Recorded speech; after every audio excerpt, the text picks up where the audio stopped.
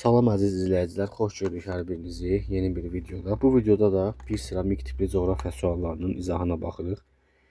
Başlayaq birinci sualdan. Dəniz səviyyəsindən 2200 metr hündürlükdə olan kəndə doğru hərəkət edən bir avtomobil ümumi 20 kilometr yol gedibsə, meyillilik neçə faiz olar? Meyillilik taparkən biz bilməliyik, əgər burada bizdən meyillilik neçə faiz olar, faizlə soruşmasaydı, ümumiyyətcə meyillilik tapılır metr bölünsün kilometrlə. Bizdə buradakı meyilliliyi soruşsa, biz 2200 metri 20 kilometrə böləcəkdik və cavab bu olacaqdı. Və metr bölünsün kilometrlə. Amma variantlarda baxın faizlə verilir və bizdən də faizi soruşur. Burada bir dənə əlavə edirik. Metr bölünsün kilometr vuraq 100%. Metrimiz 2200 metr. Kilometrimiz 20.000. 20 kilometr o eləyir 20.000 metr. Vuraq 100-ə. Burada ixtisar getdi. 2200 bölü 200 bərabərdir 11%. Yəni B variantı. Bu deyilən məsələnin belə bir izahını, təsvirini verim sizə. Yəni meyilliliyin sadə bir təsviri. Çəkim daha yaxşı başa düşün. Baxın. Meyillilik bərabərdir. Bax bu düz məsafə bölünsün bu əyri məsafə, yəni uzun məsafə vuraq 100%. Əgər faizdən soruşursa. Hündürlük okean səviyyəsindən 2200 metrdir. Məsafə isə baxın bu uzun məsafə 20 kilometrdir. Baxın bura 2200'dür. Çünki okean səviyyəsindən bax bura 2200 metrdir. 2200 metri bölürük 20 kilometrə. Çeviririk metrə. Vururuq 100'ə. Vəssalam. Əgər bizdən meyilliliyin neçə faiz olduğunu yox, eləcə meyilliliyi tapın desəydi, biz burada sadəcə və sadəcə metr bölünsün kilometr. Yəni 2200'ü böləcəkdik 20'yə. Vəssalam, metr bölünsün kilometr. Burada da ixtisarımızı aparacaqdıq, o cavabı tapacaqdıq. Keçək ikinci suala. Yenə meyillilik. Bir yamacda bir dənə qələmə girək. Deməli, bir yamacda yer alan iki nöqtənin biri 600 metr, digəri isə 1800 metr hündürlükdədir. Bu iki nöqtə arasındakı məsafə 10 kilometrdir. Meyilliyi hesablayın. Yenə də baxın faizlə verilibdir. Deməli nöqtəmizin biri 600 metrdədir. Biri, baxın yenə də çəkirik. Biri isə 1800. Məsafə isə baxın bu uzun məsafə 10 kilometrdir. Deməli bizdə hündürlük nə qədər elədi qısa məsafə? 1800 - 600 bərabərdir 1200. Deməli düz məsafə 1200 bölünsün uzun məsafə 10.000 kilometr. Bunu da metrə çevirdik. Vuraq 100'ə. 100'lər ixtisar getdi. 1200 bölə 100 bərabərdir 12. Cavab 12%. Bu qədər sadə. Növbəti sual. Bir bölünsün 50.000 miqyaslı xəritədə 10 kvadrat santimetr sahə tutan meşəlik yer üzərində nə qədər əraziyə malikdir?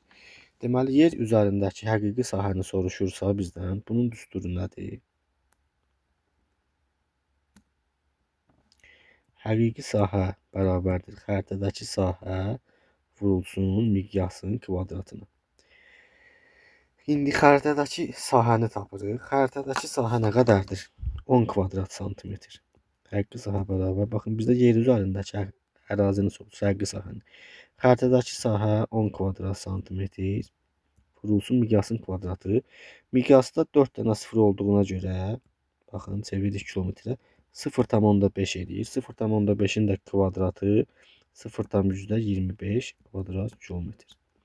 Burada da 10 vuraq 0,25 bərabərdir 2,5 kvadrat kilometr.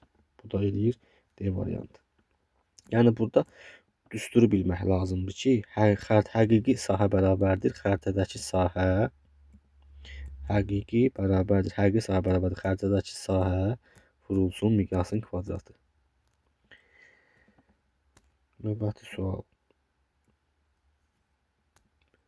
Generalizasiyanın müvafiq olaraq ən çox və ən az olduğu miqyaslar hansılardır? Generalizasiya ümumiləşdirmədir. Bildiyimiz kimi miqyas böyüdükcə generalizasiya azalır, miqyas kiçildikcə artır.